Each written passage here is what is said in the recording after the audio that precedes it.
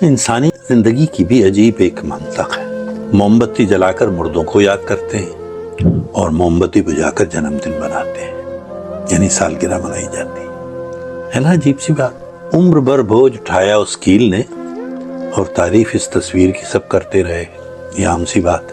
Pile ہزاروں روپے میں آتی ہے اور پہنی پیروں میں جاتی ہے، جبکہ بندیا 1 روپے میں آتی ہے مگر ماتھے پہ لگائی جاتی ہے. عجیب سی بات. یعنی قیمت معنی نہیں رکھتی بلکہ اس کا مقام معنی رکھتا ہے.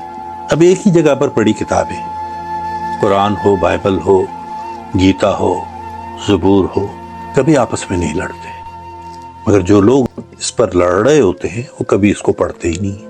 بات سمجھ میں نہیں آتی. نمک کی طرح تلخ اور ترش باتیں کرنے والا ہی صحیح بات کرتا ہے، ورنہ میٹھی باتیں تو چاپلوس بھی کر لیتا ہے.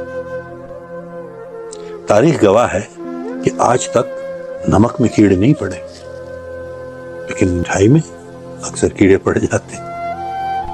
اچھے راستے پر کوئی نہیں جاتا اور برے راستے پر ہر کوئی چل پڑتا ہے. اسی لیے شراب بیچنے والے کو کہیں نہیں جانا پڑتا، مگر دودھ بیچنے والے کو گھر گھر گلی گلی جانا پڑتا. اور پھر اس سے بار بار ہم یہ پوچھتے بھی ہیں کہ اس میں پانی تو نہیں ملا ہے، جبکہ شراب میں وہ اپنے ہاتھ سے پانی ملا کر پیتے ہیں.